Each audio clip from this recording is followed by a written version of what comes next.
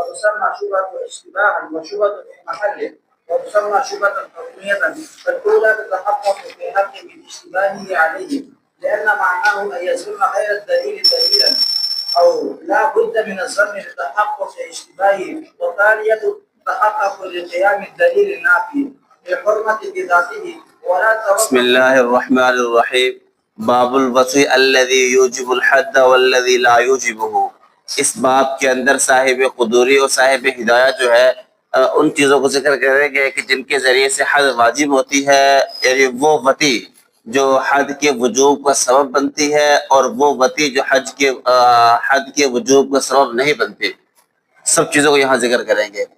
پہلا مسئلہ یہ ذکر کیا صاحب ہدایہ نے، فرمایا وطی جو ہے جو حد کو لازم کرتی ہے وہ وطی ہوگی جو زنا کہلوائے۔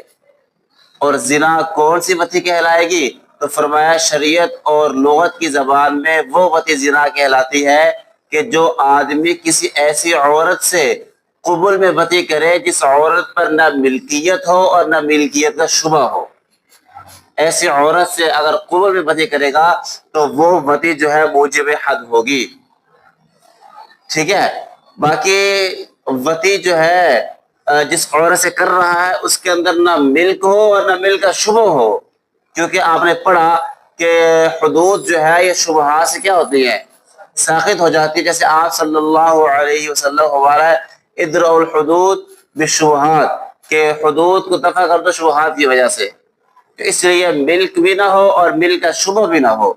ثم الشبہۃ نوعان، صاحب ہدایہ یہاں سے جو ہے شبہ کے دو قسمیں بیان کر رہے ہیں کہ جو ملک ہے جس کے اندر اس میں شبہ دو طرح سے ہو سکتا ہے۔ ایک شبہ بالفعل کہلاتا ہے، اس کا دوسرا نام شبہ اشتباہ بھی ہے، اور دوسرا شبہ فی المحل، اس شبہ کا نام شبہ حکمیہ ہے، ٹھیک ہے۔ شبہ فی الفعل کسے کہتے ہیں؟ شبہ فی الفعل کا مطلب یہ ہے کہ اس ذات کے اندر ملک کا کوئی شبہ نہ ہو، لیکن جو زنا کر رہا ہے اس کو ملک کا شبہ لگ جائے، اس کے اندر کوئی ایسی دلیل پائی جا رہی ہو جو شبہ کا شائبہ دے رہی ہو، کہ ملک کا شائبہ دے رہی ہو کہ اس کے اندر ملک کسی جہت سے ممکن ہو سکتی ہے اس دلیل کی وجہ سے۔ یعنی خلاصہ کلام یہ ہے شبہ فی الفعل، یعنی کہ اس ذات کے اندر، اس عورت کی ذات میں ملک کا کوئی شائبہ نہ ہو، ایک امر آخر کی وجہ سے، دلیل آخر کی وجہ سے اس میں ملک کا شبہ آ رہا ہو، یہ شبہ فی الفعل۔ اور دوسرا ہے شبہ فی المحل۔ شبہ فی المحل کا مطلب یہ ہے کہ اس عورت کی ذات میں ملک کا شبہ موجود ہو، اس عورت کی ذات میں ملک کا شبہ موجود ہو۔ تو فرمایا کہ پہلی صورت میں جہاں شبہ فی الفعل ہو وہاں پر اگر وہ مرد کہے کہ مجھے ملک کا شبہ لگا تھا پھر وطی کی ہے تو اس پر حد نہیں لگے گی۔ اور شبہ فی المحل کی صورت میں چاہے جانی وطی کرنے والا اس بات کے اقرار بھی کرے کہ مجھے جو ہے اس بات کا شبہ نہیں تھا کہ اس میں میرے ملک ہے، مجھے یقین تھا میرے ملک نہیں ہے، پھر بھی میں وطی کر لی ہے، تب بھی حد نہیں لگے گی۔ یعنی پہلی صورت میں شبہ فی الفعل کی صورت میں جب وہ کہے کہ میرا گمان تھا میرے لیے یہ میرے ملک ہے، تب اس کے گمان کا اعتبار کرتے ہوئے حد نہیں لگائیں گے۔ اگر کہے کہ مجھے گمان تھا میرے ملک نہیں ہے پھر بھی میں نے وطی کر لیا تو حد لگے گی۔ لیکن شبہ فی المحل کی صورت میں چاہے وہ کہے میرا گمان تھا حلال ہونے کا یا چاہے گمان نہیں تھا، اس کی بات ہرگز نہیں مانی جائے گی، ہر حال میں اس پر حد نہیں لگے گی۔ آگے فرمایا والحد يسقط بالنوعان، دونوں صورت میں حد ثابت ہو جائے گی حدیث کی وجہ سے، لیکن نسب جو ہے وہ دوسری صورت میں ثابت ہوگا، وہ بھی اس وقت جب وہ یہ دعویٰ کرے یہ بچہ میرا ہے، اور پہلی صورت میں ہرگز نسب ثابت نہیں ہوگا چاہے وہ بچے کے ملک کا دعویٰ بھی کرے، کیونکہ پہلی صورت زنا برائے زنا ہے، وہ محض زنا ہے، وہاں جو حد ثابت ہو رہی ہے وہ امر آخر ہے، وہ دلیل آخر ہے، اس کی ذات میں کوئی ملک نہیں ہے، نہ مل کا شبہ ہے. البتہ دوسری صورت میں چونکہ ذات میں شبہ موجود ہے اس لیے وہاں پر اگر وہ دعویٰ کرتا ہے بچہ میرا ہے تو وہاں بچے کا ثابت کیا جائے گا. اگر دعویٰ نہ کرے تو اس صورت میں بھی بچے کا ثابت نہیں کیا جائے گا. فشبہۃ الفعل، تو دو شبہ ہو گئے، شبہ فی الفعل، شبہ فی المحل. وہ شبہ فی الفعل جو ہے یہ 8 جگہوں پہ ثابت ہوگا. یعنی جہاں اس کی ذات میں شبہ نہ ہو ملک ہونے کا، ذات کلیئر ہو کہ اس میں ملک نہیں ہے، لیکن امر آخر دلیل آخر کی وجہ سے اس میں ملک کا شبہ آ رہا ہو، تو ایسا شبہ جس کو شبہ فی الفعل کہتے ہیں اس کے 8 مقامات ہیں جہاں پر ہم کہیں گے یہاں شبہ فی الفعل ہے. ان 8 مقامات میں اگر یہ مرد دعویٰ کرے گا کہ میرا خیال تھا میرے لیے حلال ہے تو حد ثابت ہو جائے گی، اور اگر کہ میرا خیال تھا کہ میرے لیے حلال نہیں ہے میں نے پھر بھی بدی کر لی ہے تو وہاں حد لگے گی. 8 مقامات دیکھیے کون سے ہیں. پہلا یہ ہے کہ آدمی اپنے باپ کی لونڈی سے بدی کر لے، یہ شبہ فی الفعل ہے. اپنی ماں کی لونڈی سے بدی کر لے، یہ بھی شبہ فی الفعل ہے. ایسے ہی اپنی زوجہ کی لونڈی سے، یا مطلقہ ثلاثہ جس کو 3 طلاقیں دی ہو اور وہ عدت گزار رہی ہو، عدت کے دوران بدی کر لی. یا ایک ایسی عورت جس کو طلاق دی ہو مال پر، خلع کیا ہو اور وہ عدت گزار رہی ہو، عدت میں بدی کر لے. یا ایک ایسی عورت کہ جس کو ایسی لونی جو ولد تھی اس کو آقا نے آزاد کر دیا اور وہ عدت میں تھی، بدی کر لی. یا غلام اپنے مولا کی لونڈی سے بدی کرے. یا ایک راہن نے اپنی لونڈی مرتہن کے پاس رکھوائی، اس مرتہن نے اسے بدی کر لی. یہ 8 مقامات شبہ فی الفعل کہلاتے ہیں. یہاں پر اگر کہے گا میرا خیال تھا میرے لیے حلال ہے تو حد نہیں لگے گی. اگر کہے کہ میرا خیال تھا میرے لیے حلال نہیں ہے میں نے پھر بھی بدی کر لی ہے تو یہاں حد لگے گی. ٹھیک ہے.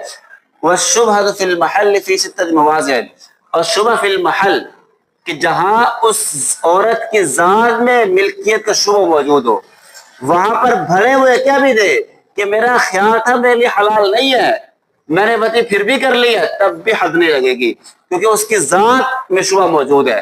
تو ذات میں شبہ کی وجہ سے حد ہر حال میں ساقط ہوگی. ان 6 مقامات میں سے پہلا مقام اپنے بیٹے کی لونڈی سے بدی کرنا. دوسرا ایسی مطلقہ جس کو طلاق بائن لفظ کرایہ کے ذریعے سے دی ہو. اور تیسرا مقام ایک آدمی نے اپنی لونڈی بیچی، ٹھیک ہے، سپرد کرنے سے پہلے بائیں اس سے بدی کر لے. ایسے ہی حق مہر میں اپنی بیوی کو اپنی لونڈی دی، سپرد کرنے سے پہلے اسے بدی کر لے. یا ایک لونڈی 2 آدمیوں کے نام مشترک ہے، ایک شریک اس سے بدی کر لے. اور چھٹا مقام کہ یہ چھٹا مقام ان پہلے 8 میں سے آخری کی طرح ہے، وہ یہی ہے کہ مرتہن مرہونہ لونڈی سے بدی کر لے. بعضوں نے اس میں شمار کیا، بعضوں نے اس میں شمار کیا، واللہ اعلم. تفصیلات اپنے اپنے مقامات پر چلا ہوں گی ان کی. تو سمجھ میں آ گئی بات. تو ان 6 مقامات میں اگر بھلے وہ کہہ بھی دے کہ مجھے پتا تھا میرے لیے حلال نہیں ہے، تب بھی اس کی بات نہیں مانے گے اور کہیں گے کہ آپ پر حد نہیں لگے گی. ٹھیک ہے. ثم الشبہۃ عند ابی حنیفہ، یہ تو ہو گئے. یہاں سے یہ بیان کر رہے ہیں، امام صاحب فرماتے ہیں اگر آدمی کسی عورت سے نکاح کر لے، بھلے اس کی حرمت متفق علیہ ہو، لیکن نکاح کرنے کی وجہ سے وہ بات شبہ میں چلی جائے گی. ٹھیک ہے. بھلے وہ جانتا بھی ہو کہ بدی کرنا حرام ہے، جیسے بہن سے نکاح کر لیا، نکاح کرنے کے ساتھ یہ اب نکاح اس سے بدی کرنا کنورٹ ہو جائے گا شبہ کے اندر. کہتے ہیں نکاح خود شبہ پیدا کرتا ہے، لیکن باقی حضرات نہیں. اگر وہ اس بات کو جانتا ہے کہ میرے لیے حرام ہے، پھر بھی اگر نکاح کرے گا تو نکاح کی وجہ سے یہ بات شبہ کی جگہ پر نہیں جائے گی، وہ برقرار رہے گی حرمت کے پہلو میں اور اس پر حد لگے گی. اس کی تفصیلات ہم انشاءاللہ نکاح محارم میں کریں گے. ٹھیک ہے. ومن طلق امرأته ثلاثا ثم وطئها في العدة فرمایا کہ ایک آدمی نے اپنی بیوی کو 3 طلاقیں دی. یہ وہی کچھ شبہ فی المحل کی مثالیں دے رہے ہیں, کچھ شبہ فی الفعل کی مثالیں دیں گے. کہ ایک آدمی نے اپنی بیوی کو 3 طلاقیں دی تھی, عدت گزار رہی تھی, عدت کے درمیان وطئ کر لی اور کہتے ہیں مجھے پتا تھا مجھ پر حرام ہے, تو یہ حد لگے گی. کیونکہ جس کو 3 طلاقیں دی گئی ہوں اس کی ذات میں ملکیت کسی طور سے بھی نہیں ہے, اس کی ذات میں ملکیت ہر طرح سے منتفی ہو چکی ہے, اس پر نص بھی بول چکی ہے فَإِن طَلَّقَهَا فَلَا تَحِلُّ لَهُ مِن بَعْدُ حَتَّى تَنكِحَ زَوْجًا غَيْرَهُ. تو نص بھی بتا رہی ہے کہ مطلقہ ثلاثہ میں ملکیت بالکل نہیں ہے, اور اجماع امت بھی بتا رہا ہے کہ اس میں ملکیت نہیں ہے. جب وہ کہہ بھی رہا ہے کہ مجھے پتہ بھی تھا کہ میرے لیے حلال نہیں ہے, تو بات کلیئر ہوگی. اب اس نے جو اسے وطئ کی ہے, اس وطئ کی وجہ سے اس پر حد لگے گی. یہاں دوسرے لوگوں کا خلاف معتبر نہیں ہوگا. اگرچہ یہاں پہ کچھ لوگوں نے اختلاف تو نہیں کہہ سکتے اس کو, یہ سراسر ضد اور عناد ہے, کچھ لوگوں نے یہاں خلاف کیا ہے, بلا وجہ جھگڑا ڈالا ہے, تو اس جھگڑے کا اعتبار نہیں ہوگا کیونکہ اس پر نص اور اجماع ثابت ہے.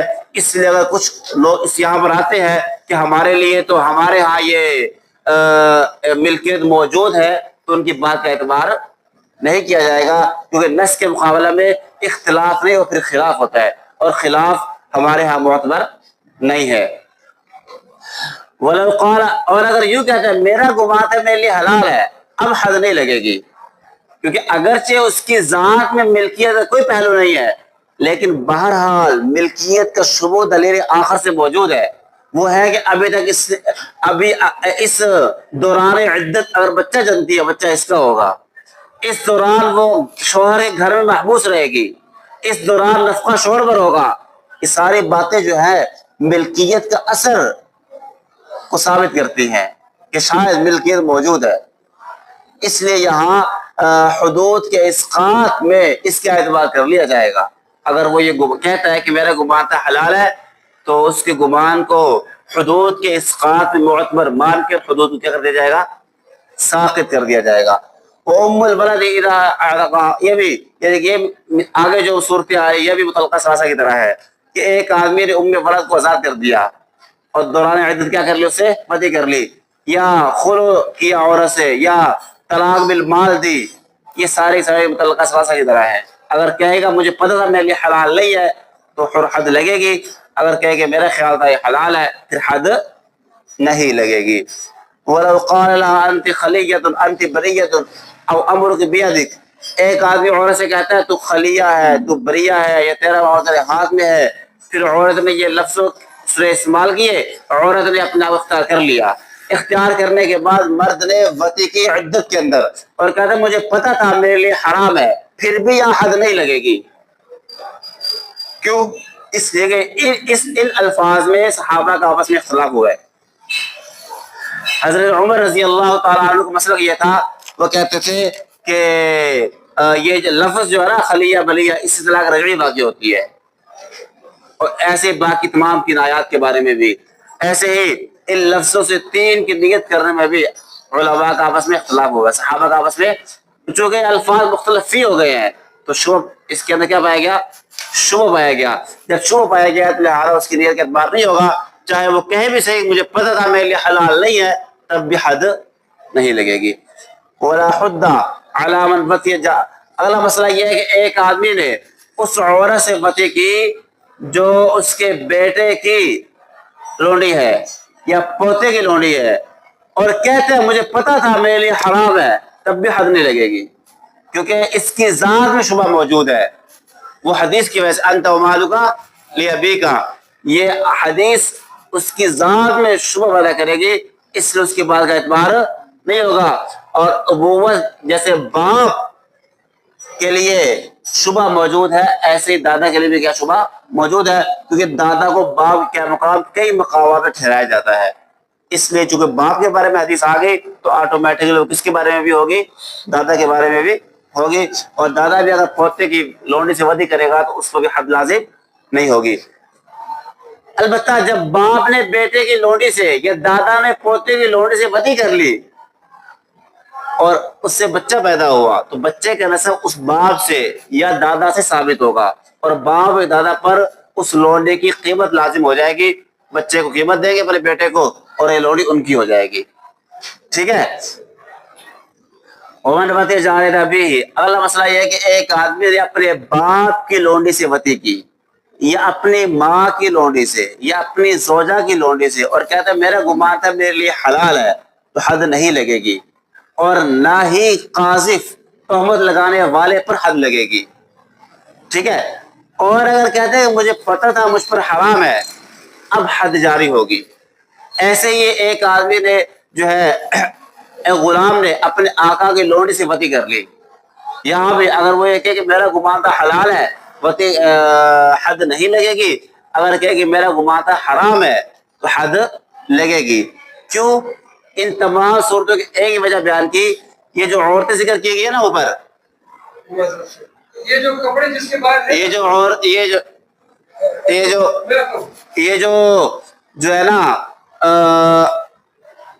یہ جو عورتوں کا ذکر ہوا اوپر، یہ سارے کے سارے جو ہے نا ان سے نفع اٹھانے میں وسعت ہے. وسعت کا مطلب یہ ہے اب باپ کی جو لونڈی ہے اس کے ساتھ کئی معاملات اکٹھے ہوتے ہیں، کھانا اکٹھے ہوتا ہے، اٹھک بیٹھک اکٹھے ہوتی ہے، سفر اکٹھے ہوتے ہیں، اور کئی معاملات ہیں. ایسے ہی ماں کی لونڈی یا زوجہ کی لونڈی کئی سارے معاملات میں اکٹھے کام کرتے ہیں. تو اس وسعت کی وجہ سے یہاں اس میں شبہ پایا گیا، شاید یہ حلال ہے. تو شبہ موجود ہے چونکہ، اس لیے اگر وہ کہے کہ میرا خیال تھا حلال ہے تو اس پر حد نہیں لگے گی، اور اگر کہے کہ میرا خیال ہے حلال نہیں ہے تو پھر حد اس پر لگ جائے گی. لیکن جس صورت میں حد نہیں لگے گی، اگر کسی نے اس پر تہمت لگائی جس زنا کیا تو اس قاذف کو بھی حد نہیں لگے گی. وہ یہ مت سمجھے ان سے حد ثابت ہو رہی ہے نا اب، تو لہٰذا جس تہمت لگائی اس پر حد لگے، ایسا بھی نہیں ہوگا، کیونکہ قاذف نے صحیح تہمت لگائی ہے، وہ بس امر آخر کی وجہ سے حد ثابت ہوئی ہے. اس کا مطلب یہ نہیں ہے کہ اس سے حد ثابت ہو گئی تو لہٰذا قاذف نے غلط تہمت لگائی تھی اس کو پکڑ لو. اس نے صحیح تہمت لگائی ہے، اس نے صحیح بات کی ہے کہ اس نے زنا کیا، زنا تو کیا ہے اس نے، وہ اس سے جو حد ثابت ہو رہی ہے وہ امر آخر ہے، وہ انبساط انتفاع میں ایک وسعت ہے.